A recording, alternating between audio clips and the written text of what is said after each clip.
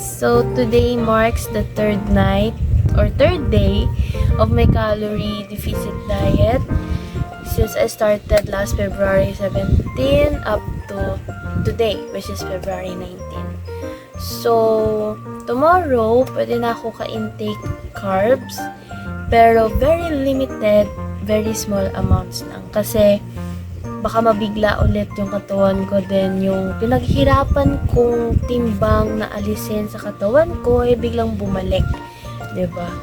So syempre nagiging conscious na rin kasi ako, and the total reason kung bakit ko to ginawa, itong journey, I mean this will be a journey na rin kasi hindi ko na to titigilan because I'm proud and I can truly see the effects ng ginagawa ko, sacrifice na kahit mahilig kasi ako sa sweets, mahilig ako kumain ng kanin, malakas ako kumain, totoo lang, lalo na if favorite ko yung pagkain or yung ulam, talaga mapaparami ako ng kain dyan.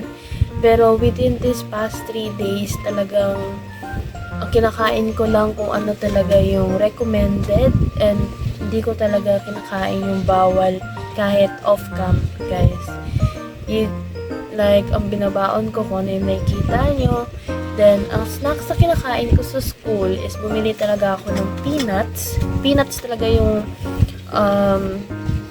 snacks ko. Then, bumili din ako ng biscuit. Pero yung biscuit ko is, ano siya, crackers. Like, plain crackers lang siya. Then, nasanay ako every morning na umiinom ako ng gatas, lalo na pag walang pasok. So, nag-start ako, yung first day ko, wala kaming pasok noon kasi holiday. So, dapat iinom ako ng gatas that day. Pero, hindi natuloy kasi bawal siya.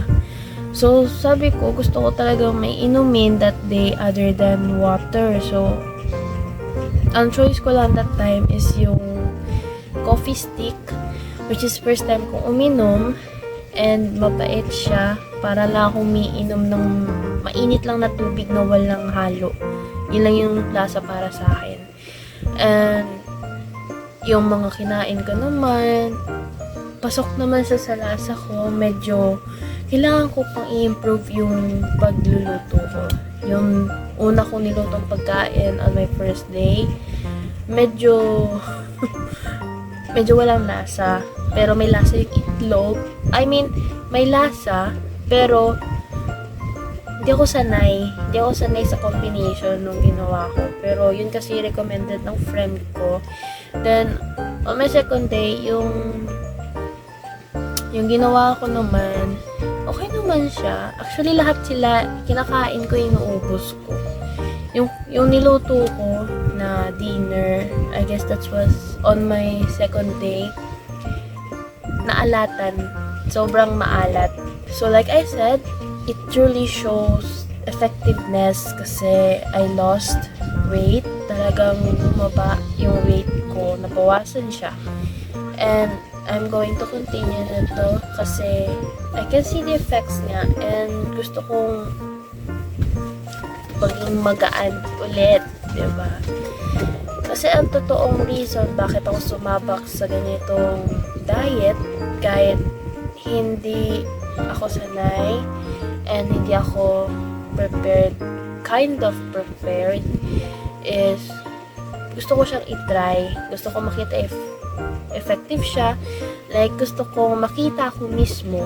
Like, ako mismo, na-experience ko if effective yung ganitong klaseng diet. So, dahil sa ganitong diet na to, I've been becoming so conscious and mindful sa kinakain ko, sa binibili ko, and it makes me want to continue kasi feel ko pag ganito yung ginagawa ko, mas may improve ako sa pagluluto, or more like pag-iimbento.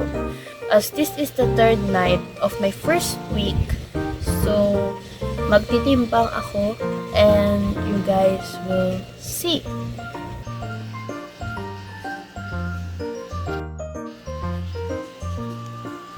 So, as you can see, 78.50 kilos. Pero umabot na ako ng 76 guys. Talagang nadagdagan lang siya kasi syempre kumain ako, ganyan. And medyo mabigat talaga yung kinain ko. Kasi nabusog ako sa kinain ko kanina. So thank you for joining me on my first week. And so again, this is Dor. Good night and see you on my next videos. Bye-bye!